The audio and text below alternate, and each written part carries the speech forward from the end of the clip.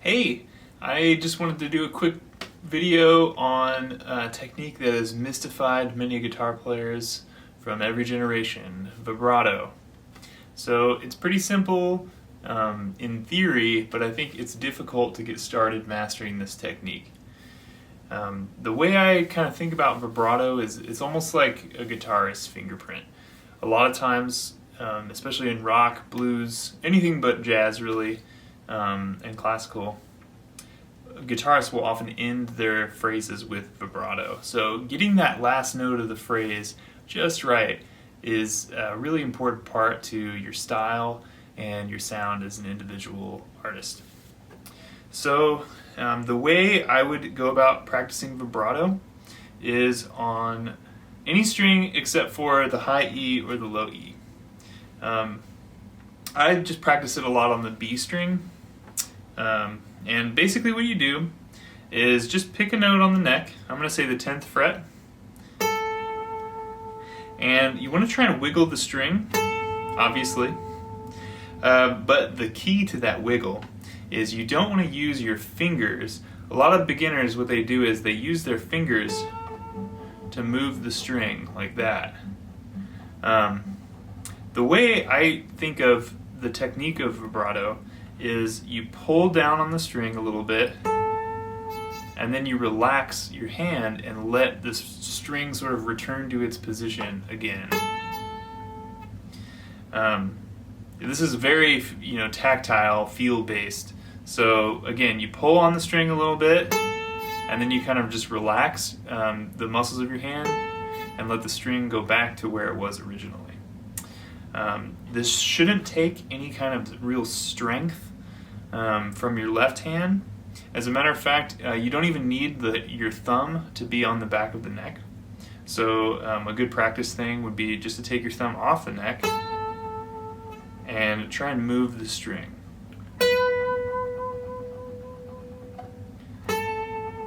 You can do it in different places. And that's important to do because the tension of the strings is going to be different in different places on the neck. So move it around, see how it feels. Again, you're pulling down on the string, letting it kind of return back to normal. If any of you are drummers, this is really similar to when you first are learning to hit the snare drum and you strike the drum and then the stick pops up all on its own. You don't actually have to move your hand back up to pull the stick up. The stick just returns to your hand. So very similar concept here. The next thing that you want to experiment with is the speed of your vibrato. So at first I would say try and just go for a slow vibrato. And the reason I bring up slow vibrato is because usually what happens when people are first attempting this is they want to really master it, so they put a lot of force into it and a lot of effort, and that ends up with and that results in basically a really fast, kind of nervous sounding vibrato. It's kind of like something like that.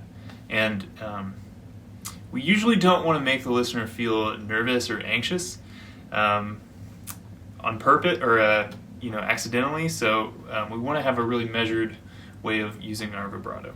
So, how do you experiment with speed? Basically the same way. So start slow and then speed it up.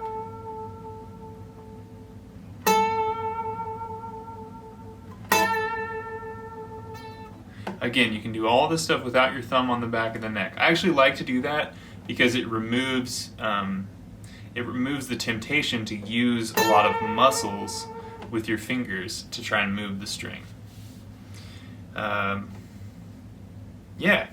So some musicians with great vibrato that you should check out. Probably the king of vibrato, pun intended, I guess, is B.B. King. He has got an amazing vibrato. He's great at using it slowly. He's great at using it fast, and always punctuates his phrases with a hefty dose of it. Another great musician with a big, wide, slow vibrato is David Gilmour from Pink Floyd. So check out his guitar solos.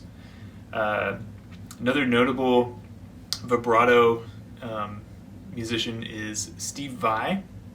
He has a very unique technique that he developed himself, where he moves his finger in a circle. I actually can't do it, I haven't worked on it, but he moves his finger in more of like a circular motion, and it creates a very interesting sound. The reason that he decided to develop this technique is because on fretless instruments, vibrato is actually different. You move your hand this way, side to side, instead of up and down like we do in the exercises I was just describing.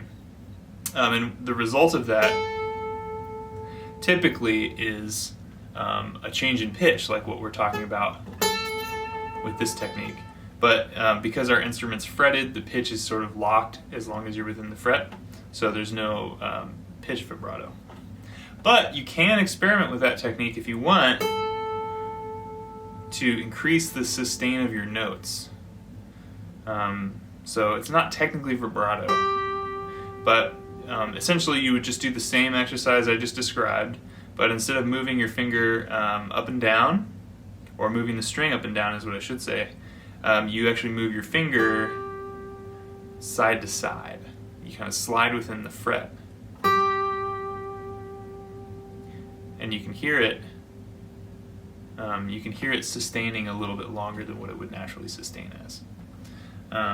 And that's a really useful technique if you need to have notes sustain out longer.